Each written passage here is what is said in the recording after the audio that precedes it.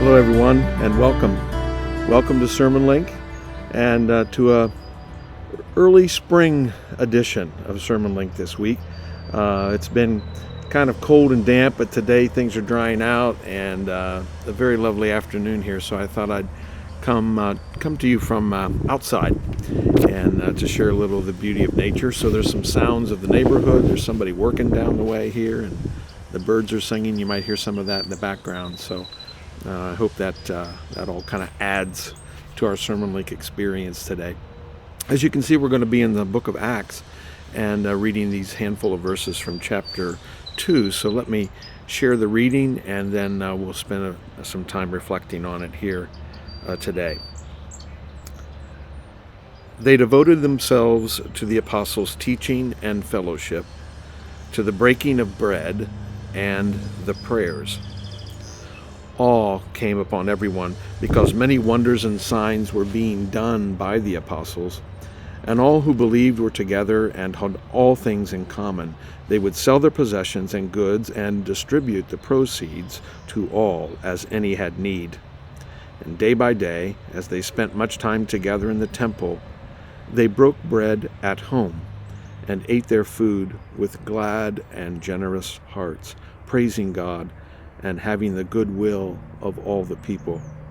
And day by day, the Lord added to their number those who were being saved.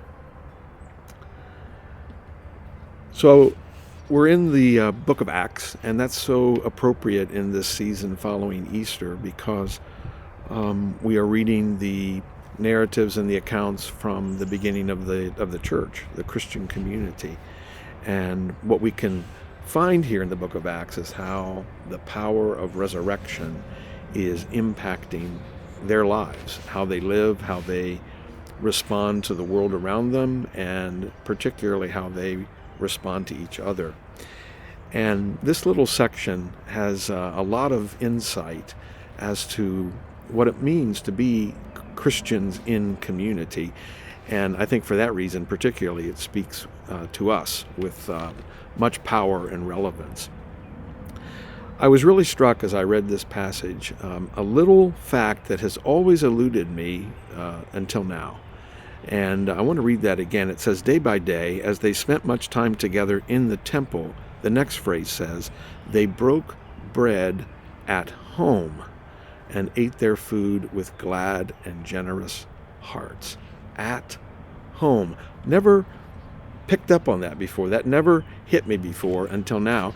And I think it's because that's where we all are, mandated to be and have been for the last 6 weeks.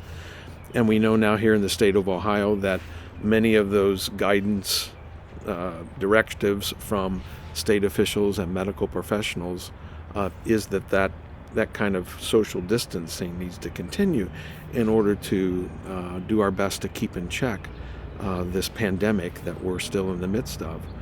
And it just struck me that while the passage says they were in the temple, that is, they were in their religious place and enjoying the kinds of things that we would think of are a part of worship, praying and praising and all of the things that are a part of the aspects of our worship with God. And of course, we connect that so strongly with our church building and with being together for what we call in-person worship.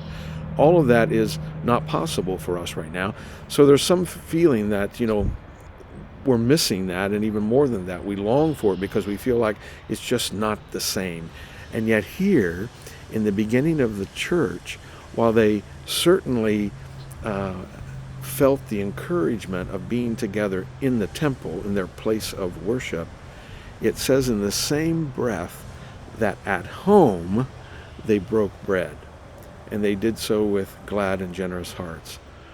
So it's an indication to us, and why I never saw it before, I don't know, but it's an indication that the faith that gathered them, carried them, and was with them when they were in their homes, separated from one another. And that as they broke bread, they did so with hearts that were continued to be lifted up and inspired by the power of the Spirit, by their faith. And doesn't that speak to us and what's our experience right now?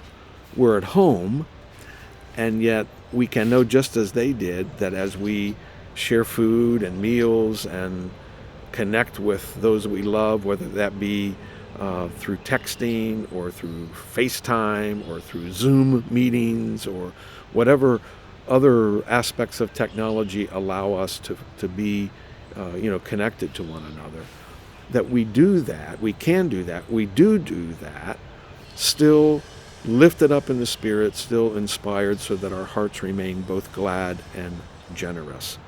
So it's a word of encouragement to us, and I think it really is meant to open our eyes to the fact that what we do in all of those times when we come together, and how we appreciate that and how we miss that now, and how much we know the value of that because it's now, not possible for us. We don't lose heart. We are not discouraged in our faith, because in our homes, that comes with us, that is with us, that continues to shape us and to, in a way, create for us an experience where faith is strengthened, where it goes deeper, and where we continue to be committed to, as it says here, caring for one another, being aware of and responding to the needs of others. So I guess what I'm saying is, it's not the building that makes us the church. It's God and a living Christ that makes us the church. And it's because of that no matter where we are, in our homes particularly, we are still God's children, we are still God's people, we are still a community that we call the church. And this passage, as we continue to reflect upon it, and this will be the focus of our worship this coming Sunday online, I think is a really helpful connection point for how we are connected to one another, and particularly at home, where we eat food with glad and generous hearts, and we live with one another, and we relate to each other, and we do our work from home, and we care for the places where we live, and we do all of that with hearts that have been shaped by a God. And it's, in a way, kind of a sacred memory. It reminds us of the experiences we have when we're together, and yet how that never leaves us, but is always working in us to continue to deepen our faith. So, while you're at home, you're still the church. So am I. And our hearts are still being impacted by God and by a resurrected Jesus, who we know is with us always. Well, I hope you're encouraged by that, and thanks for being with me this week. We're here every week, of course, and you can find us on Facebook or on our YouTube channel at Powell United Methodist Church. And we invite you to come often to see what's going on and how we continue to be the church together. For now, friends, take care.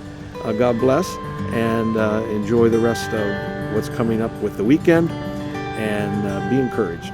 Know that God's always with you.